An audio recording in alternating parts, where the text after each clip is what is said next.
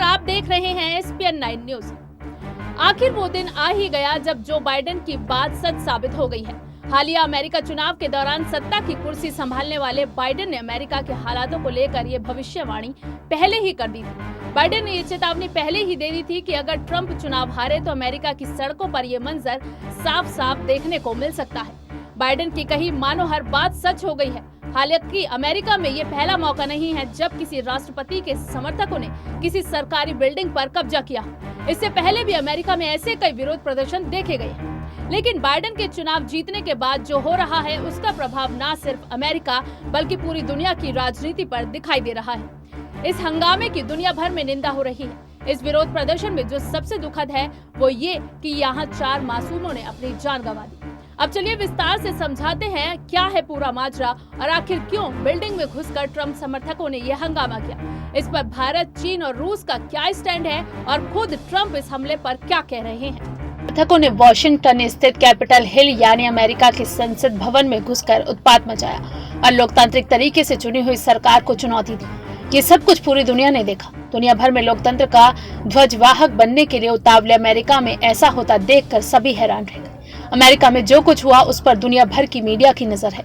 अखबारों से लेकर समाचार वेबसाइटों और सोशल मीडिया में इसे लेकर खूब प्रतिक्रियाएं देखने को मिल रही हैं। अब लेकिन आगे कुछ भी बताने से पहले आपको दिखाते हैं कुछ फोटोज और वीडियो जिन्हें देखकर आप सोचने को मजबूर हो जाएंगे कि क्या वाकई अमेरिका में लोकतंत्र है। अब जरा सुन लीजिए कि इस पूरे माजरे पर ट्रंप और नव निर्वाचित जो बाइडेन का क्या कहना है। अमेरिका के वॉशिंगटन में हुई हिंसा और 4 लोगों की मौत के बाद राष्ट्रपति डोनाल्ड ट्रंप हर किसी के निशाने पर 24 घंटे बाद डोनाल्ड ट्रंप ने एक वीडियो संदेश जारी किया है जिसमें उन्होंने हिंसा की कड़ी निंदा की है। साथ ही डोनाल्ड ट्रंप ने कहा है कि अब उनका पूरा फोकस सत्ता को ट्रांसफर करने पर है। अमेरिकी राष्ट्रपति डोनाल्ड ट्रंप ने अपने वीडियो संदेश में कहा, जिन लोगों ने हिंसा की है वो असली अमेरिका का प्रदर्शन नहीं कर रहे थे। हिंसा होने से उन्हें गहरी चोट पहुंची है। कल के विवाद के बाद उन्होंने तुरंत ही नेशनल गार्ड्स की तैनाती कर भी दी थी। अमेरिका हमेशा से ही कानून व्यवस्था वाला देश रहा है और आगे भी रहेगा। वहीं इस पूरे मसले पर नवनिर्वाचित राष्ट्रपति जो बाइडेन ने निंदा की है और वहां मौजूद लोगों को घरेलू आतंकी करार दिया है। जो बाइडेन ने अमेरिका के कैपिटल भवन पर हिंसक हमले के एक दिन बाद ट्रंप समर्थक भीड़ को घरेलू आतंकी बताया है और इस घटना की निंदा की है। घटना पर जो बाइडेन ने कहा है कि ट्रंप समर्थकों की ओर से अमेरिकी संसद भवन की सुरक्षा का उल्लंघन करना असहमति या प्रदर्शन नहीं था बल्कि ये उपद्रव था। उन्होंने कहा, कल हमने जो देखा वो सही नहीं था। ये कोई विकार नहीं था, ये कोई विरोध नहीं था, ये अराजकता थी। वे प्रदर्शनकारी नहीं थे, उन्हें प्रदर्शनकारी मत कहो। वे दंगाई, विद्रोही और घरेलू आतंकी थे। अमेरिका में हुए इस हिंसक प्रदर्शन में भारतीय झंडा भी दिखाई दिया जिसे लेकर देश में सियासत शुरू हो गई। जहां एक तरफ ट्विटर पर इसे लेकर कई दिग्गज नेता आपस में भिड़ते हुए नजर आ रहे हैं, वहीं पीएम मोदी ने इस पूरी घटना की कड़े शब्दों में निंदा की है। चलिए बताते हैं क्या है भारत का स्टैंड। इस घटनाक्रम पर भारत के प्रधानमंत्री नरेंद्र मोदी ने अपनी प्रतिक्रिया दी है। उन्होंने कहा है कि मैं हिंसा की खबरें देखकर परेशान हूं। प्रधानमंत्री मोदी ने गुरुवार सुबह ट्वीट कर कहा, वॉशिंगटन डीसी में दंगों और हिंसा के बारे में समाचार देखने के बाद परेशान हूं। सत्ता का व्यवस्थित और शांतिपूर्ण हस्तांतरण जारी रहना चाहिए।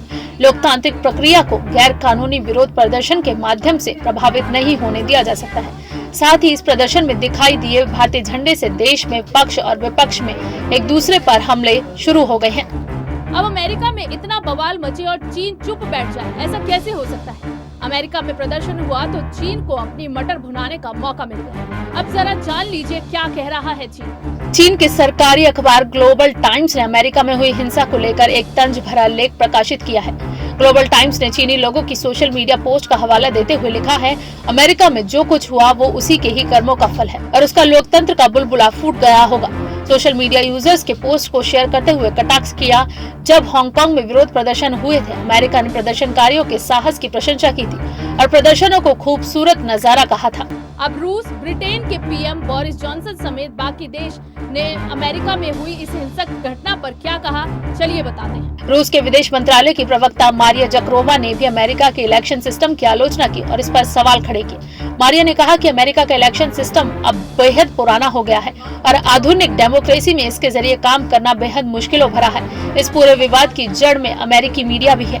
उधर तुर्की की समाचार वेबसाइट हुर्रियत डेली न्यूज पर भी अमेरिकी घटनाक्रम से जुड़ी कई खबरें हैं। वेबसाइट पर छपी खबर के मुताबिक तुर्की के विदेश मंत्रालय ने यूएस कैपिटल में हुए फसाद पर चिंता जताई और सभी पक्षों से कॉमन सेंस का इस्तेमाल करने की अपील की है। ब्रिटेन के प्रधानमंत्री बोरिस जॉनसन का कहना है कि अमेरिका में कल हुई हिंसा में राष्ट्रपति डोनाल्ड ट्रंप की भी भूमिका है। उन्होंने कहा है, ऐसा लगता है जैसे उन्होंने लोगों को कैपिटल में घुसने के लिए उकसाया है और अब तक लगातार उन्होंने निष्पक्ष चुनावों पर सवाल खड़े किए हैं। मेरा मानना है कि ये सरासर गलत है। मैं बस यही कहूंगा कि मुझे ये जानकर बहुत खुशी हुई है, नवनिर्वाचित राष्ट्रपति की जीत पर औपचारिक मोहर लग चुकी है और लोकतंत्र को बचा लिया गया है।